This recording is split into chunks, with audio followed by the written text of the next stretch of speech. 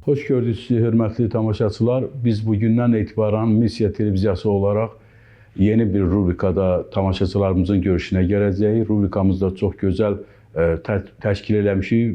Rubrikamızın adı belədir ki, Görünməz Cəbhənin Əskərləri. Elə istərdim ki, bu rubrikanın ilk qonağını sizə təqdim edeyim. Qonağımız uzun illər xüsusi xidmət orqanlarında çalışan, ehtiyatda olan xüsusi xidmət polkovniki Hamlet İsmayılovdur. Hamlet müəllim, xoş gördük sizi. Salam, mən də sizi salamlayıram. Hamlet müəllim, mart ayının 28-də Azərbaycanda xüsusi xidmət orqanlarının yaranmasının deməli 106-cı il dönümü qeyd olundu və siz də o keçirilən tədbirlərdə iştirak elədiniz və bilirsiniz ki, qarşıda mayın 10-unda da ümummilli liderimizin anadan olmasının 102-ci il dönümü gəlir. Yəni uzun illər Azərbaycan Dövlət Təhlükəsizlik Xidmətində çalışan Heydər Əliyevin anadan olmasının 102-ci ildir. Bax, sizin bu yaşadığınız dövrdə, işlədiyiniz dövrdə sizin çoxlu xatirələriniz var və bu haqda sizin çoxlu yazılarınızı oxumuşam və tamaşaçılarla görüşlərinizin iştirakçısı olmuşam və çoxlu kitabların müəllifisiniz. Bax, siz bu ömrə bir səyahət elə bilərsinizmi? Mən sizə minnətdarımı bildirirəm ki, siz bu silsilə verilişinə məni də dəvət etmişsiniz. Mənim üçün bir böyük fərəhdir ki, bir vaxt mənim görüşmüşəm və mühafizəsini Namiq Tağızadə ilə onun şəxsi Can Güdəni ilə bir yerdə təşkil olunmuş Naxçıvana gələndə həm də yaxından Heydər Əliyev ilə tanışdığımız oldu. Bugün may ayın 10-unda Heydər Əliyevin 102 illi tamam olur və biz məmnuniyyətlə qayıdırıq keçmiş illərə və yadımıza salırıq onun gördüyü Azərbaycan üçün, Azərbaycan xalqı üçün gördüyü işləri, onun xeyirxah əməllərin və bugün də onun işini davam edən İlham Əliyev, Cənab Prezident, Ali Başkomandan məmnuniyyətlə bu günləri onun getdiyi yolu davam edir və Azərbaycanı bilirsiniz ki, müstəqilliyini möhkəmləndirmək üçün əlindən gələni eləyir. Və bununla da əlaqədar olaraq mən özüm bir müharibə iştirakçısı kimi, Qarabağ müharibəsinin iştirakçısı kimi çox dərindən və səmimi ürəkdən sevindik ki, nəhayət Azərbaycan torpaqlarını azad etdi və bugün orada quruculuq işləri gedir və hissə cəmaət qayıdır öz doğma vətəninə. Heydər Əliyev barədə nə deyə bilərəm? Mən həqiqətən də onun yaddaşına heyran qaldım. Çünki bir vaxt 73-cü il idi, mən qayıtdım, gəldim ali kurslardan sonra mənə dəvət elədilər ki, təklif elədilər daha doğrusu, Heydər Əliyevə sürücü Can Güdən gedəsən. Dedim, mənə bir gün vaxt verin, fikirləşim gəlim. Sonra gəldim, dedim rəisimə, polkovnik Novruzəli Baxışevçə, dedim, Novruzəli mən, söhbət ondan gedir ki, mənim iş stajım azdır. Düzdür, o fiziki tərəfdən necə deyirlər, gücüm, zadım, hamısı qalır öz yerində. Çünki vaxtilə sambo üzrə yüksək dərəcəmdə adam olub. Amma bir şeydən ehtiyat edirəm ki, mən sürücülük dərəcəm az olduğuna görə bu işdən imtina edirəm. Və Krasilnikov Heydər Əliyev dalaşıq eləyəndəki, məruzə eləyəndəki, belədir, o İsmayılov bu səbəbə görə imtina elədi bu təklifdən. Heydər Əliyev tamamilə sakit və özünə məxsus olan tərzdə dedi ki, görünür o qabiliyyətli oğlandır. Başqası hər bicliyi ilə, hər yolla gəlib istəyərdi ki, gəlib mənim yanında olsun sürücü Can Güdən. Qoyun qalsın o əməliyyat işində. O vaxtın 7 il keçəndən sonra Naxçıvanda Allah qismət elədi, bir də görüşdür Heydər Əliyevlə, orada görüşdük və 3 gün onun mühafizəsini Namiq Tağızadə ilə bir yerdə təşkil elədik. Qonaq evində qalırdı, səhər gəldi bu, salamlaşdıq və dedi, abala, adın nədir sənin? Dedim, Mayor Hamlet İsmayılov. Dedi, sən həmən Hamletsən, sən onda imtina elədin o vəzifədən Can Güdən sürücü vəzifədən. Dedim, Heydər Əliyev, bəs təcrübəm az idi ona görə. Dedi, düz eləmişsən. İnsan gərək bacardığı işdən yapışsın. Ondan sonra mən lap sakitləşdim və mühafizə işini davam etdim. Axırıncı günəcən onun ətrafında, onunla bir yerdə müəssisələrə, kolxoza, savxozlara gedirdik. Namik Tağzadan müşahidə ilə bir yerdə. Odur ki, mən doğrudan da heyran qaldım Heydər Əliyeviçin o yaddaşına. Doğrudan dedilər ki, onun yaddaşı çox belə zəngindir. Mən bir şey də yada salmaq istəyirəm ki, Heydər Əliyeviç xüsusi xidmət orqanlarında işlədiyi zaman Azərbaycan bu orqanlarını milliləşdirdi. O çalışırdı əməliyyat işlərinə, vəzifələrə təcrübəsi olan Azərbaycanlı əməliyyatçıları çəksin, daha da etibar elədiyi insanlara vəzifə versin və onları bir, necə deyərlər, nüfuzunu, Azərbaycan çekistləri nüfuzunu beləliklə qaldırsın, yüksəltsin. Və ona nail oldu. Demək olar ki, sonradan o başqa millətlərə baxanda bizim faizimiz orada Azərbaycan xalqının məsələn nümayəndələrinin sayı artdı, xeyli artdı və bu xalq içindən çıxmış insanlar aydın məsələdir ki, xalqa, vətənə qulluq elədilər. Ona görə də yüksək nailiyyətlər əldə olundu. Hamilet müəllim, bayaq çıxışınızda qeyd elədiniz ki, Qarabağ döyüşlərində iştirak eləmişsiniz, yəni 1-ci Qarabağ döyüşlərində veteransınız. Bilirsiniz ki, bu il Qarabağ döyüşlərinin başa çatmasının, yəni qələbəmizin 5 illiyi idi və o cümlədən də 1941-45-ci ildə qələbənin 80 illiyi idi. Yəni bilirsiniz ki, hamımıza məlumdur ki, 700 minə yaxın Azərbaycanlı həmin döyüşlərdə iştirak elədi və onun 300 mindən çoxu qayıtmadı. Bu qələbənin əldə olunmasında Azərbaycan xalqının müstəsna rolu böyük oldu. Ancaq təəssüflər olsun ki, Sovetlər dönəmində Azərbaycanın adı çox da belə qabardılmadı.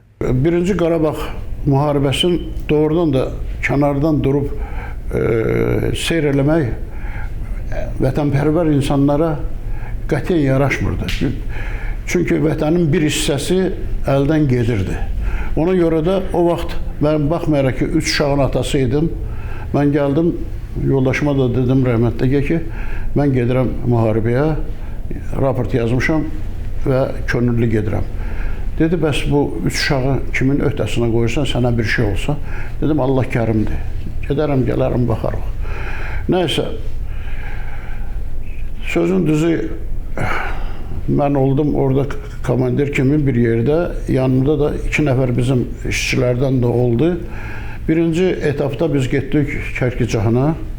Kərkicahanda yuxarı hissəsində Azərbaycanlılar yaşayırdılar, aşağı hissəsində ermənilər idi. Bizim qarşımızda bəzi məsələlər qoymuşdular, əməliyyat məsələləri. Mən dedim uşaqlara ki, həmin o mənim işçi yoldaşlarıma, dedim, hələ tezdir bu məsələyə toxunmaq, o verdikləri bizə əmri yerinə yetirmək. Çünki birinci, öz qaldığımız yerdə biz əməliyyat şəraitini baxmalıyıq, yoxlamalıyıq. Ondan sonra başqa işlərə biz qoşulmalıyıq. Və mən düşdüm kəndin bu başından, gördüm ki, kəndin bir başında bir BTR, granatomyot, qumbara atan, kəndin ortasında bir BTR, yenə də qumbara atan, kəndin o biri başında da bir BTR, demək, qumbara atan, həm də pulemyotu ilə atan Azərbaycan hissəsini qorumaq üçün, Azərbaycanlılar yaşayan hissəni qorumaq üçün mən gəldim, dedim ki, uşaqlara, o prikaz bu günləri yerinə yetiriləsi deyil. Bu düzgün deyil. Biz bir dənə güllə atıq aşağı, yuxarı toçkadan bizi dağım-dağım eləyəcəklər. Həm Azərbaycanlıları qoruyan Rus qoşunları, həm də aşağıda olan həm erməni hissəsini qoruyan yenə də hissələr. Ona görə də biz çalışdıq orada işimizi ancaq məlumat yığmaqla və gətirib ortaya o vaxt bilirsiniz salatını vurdular. Ondan başqa həmən maşının içində 2 Rus zabiti idi və maşın sürən də Qaz 69-u sürən də Rus əskəri idi, Rus əskəri. Burada mən tanış oldum həmən o Azərbaycan tərəfinin qoruyan komandir vзвodla mayor idi. O da xahiş elədi ki, bizdən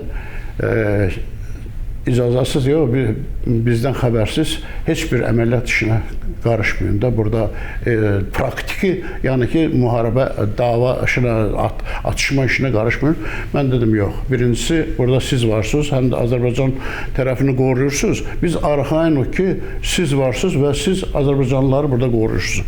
İkincisi, bilirsiniz ki, mən biraz da ona o zabitlərin məhv edilməsi barədə biraz danışdım ona.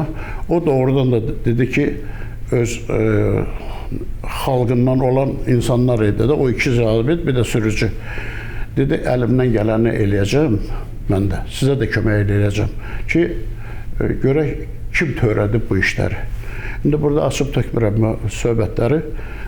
Xeyri də oldu onun və sonradan bizim çekistlər tapdılar həmin insanları, həbs elədilər və o məlumata da bir zaman doğrudan da dedilər ki, çox dəyərli məlumat vermişsiniz bizə. 41-45 müharibəsinin bu gün may ayında 80 illik ilə əlaqədar mən deyərdim ki, o zaman da Azərbaycan xalqı vətəni qorumaq olsun, bizdə vətən ümumi idi. SSR bizdə ümumi vətən sayılırdı. Baxmayaraq ki, Azərbaycan Respublikası da var idi, başqa respublikalar da var idi. Amma bütün respublikaların nümayəndələri o müharibədə iştirak edirdilər. Özdə ki, bilirsiniz ki, çox belə ürəklə gedib iştirak edirlər. Məsələn, mənim iki qardaşım, biri tez getmişdi əskəriyə, çağırışdan sonra 43-cü ildə Kerçdə gedən döyüşlərdə həlak oldu. İsmailov Ayaz İsmailoğlu. Obru qardaşım gedən kimi 41-ci ildə yaralandı. 42-ci ildə mən anadan olmuşam və mənə deyirlər ki, sənə bu Hamlet adın kim verib? Bir dənə maraqlı bir əhvalatdır.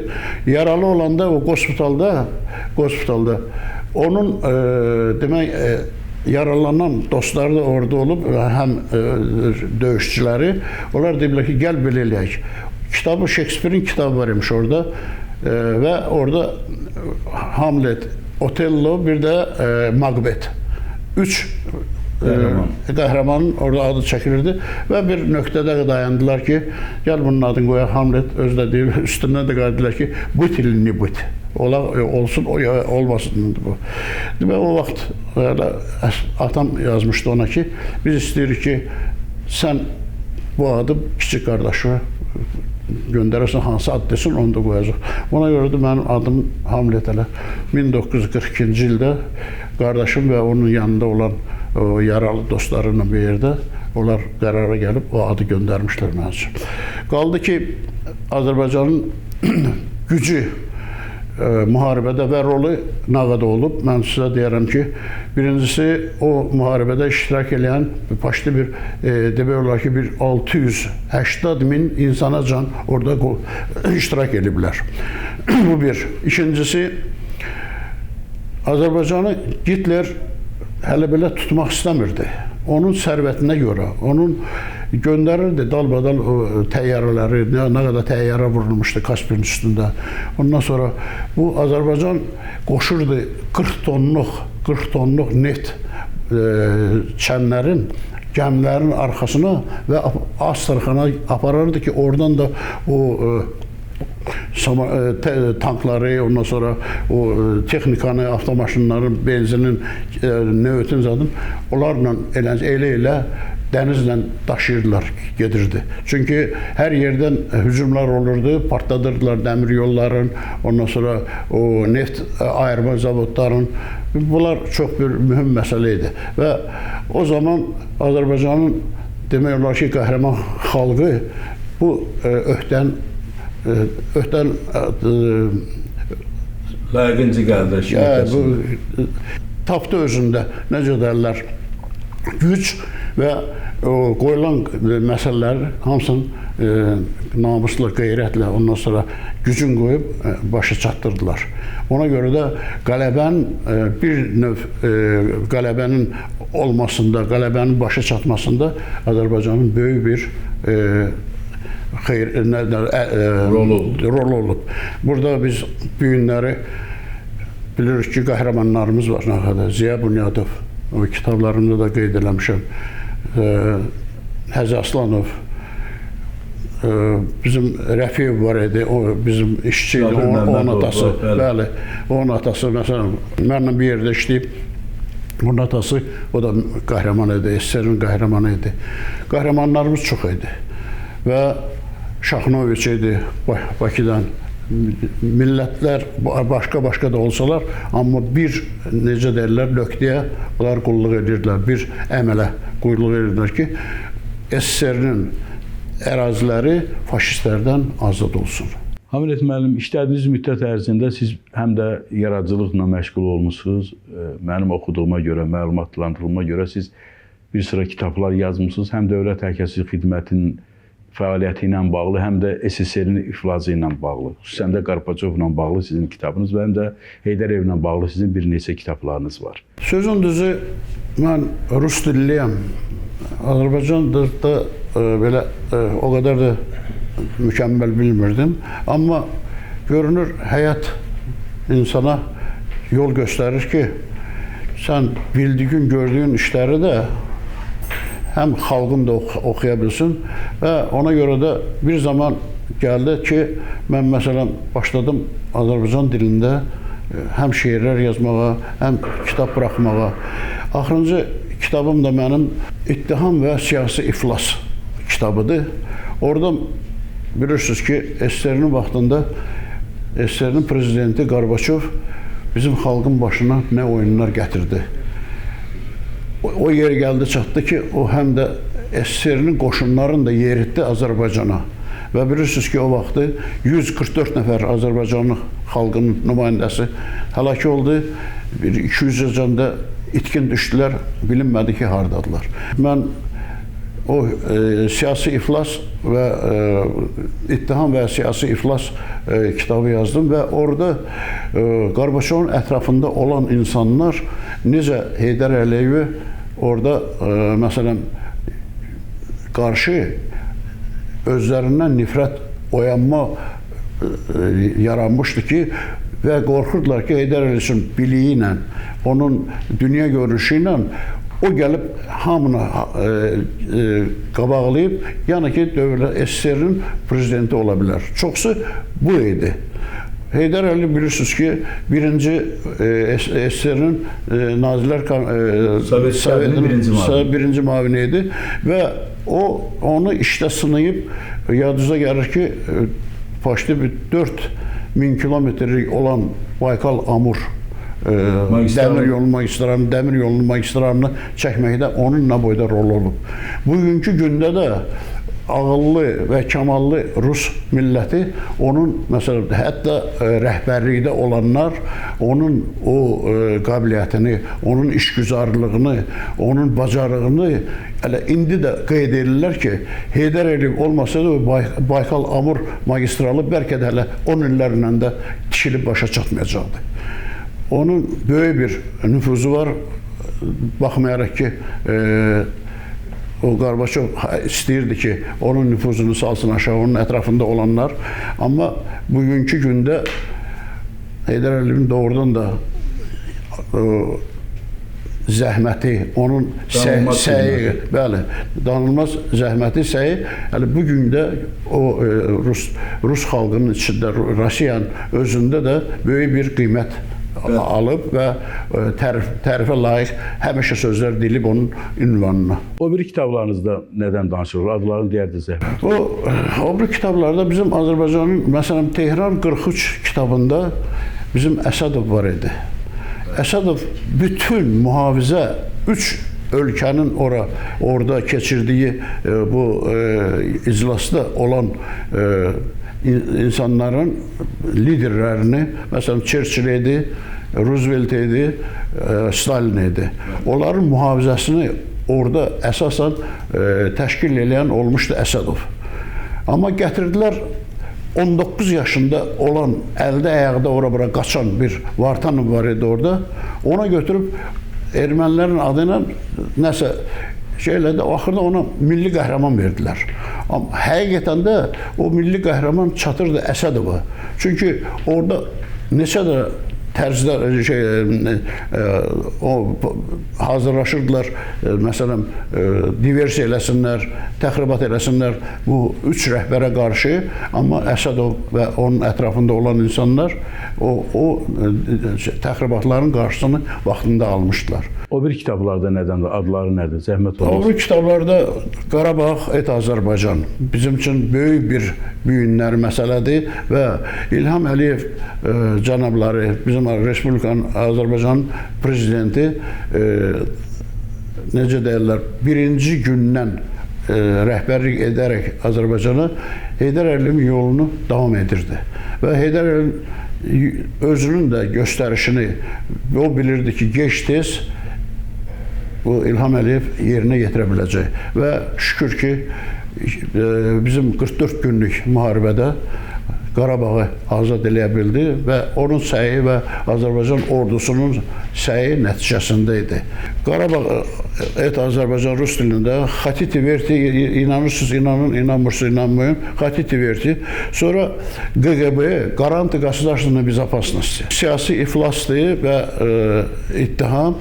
İttiham və siyasi iflas, bir də tək budur, İqri, Spetsluj, İspovit Qarbatova. Qarbatov yenə də, Qarbatov deyəndə, bu Qarbatov Qarbaçovdan söhbət gedir ki, o axırda günahlarını boynuna alır mənim kitabımdakı, mən nələr səhvlər eləmişəm ki, bu ümumiyyətlə başqa xalqlara toxunmaq məsələsində və onların o nailiyyətlərinin alçalmaq üçün əllərindən gələni elədiyinə görə o kitabda İspovit Qarbatova. Orada bu boynunu alır ki, Yegor, məsələn, Liqaçovla söhbətində deyir ki, mən səhv eləmişəm də, yəni bu Azərbaycana qarşı bunları eləməydim, Heydər Əliyevə qarşı eləməydim.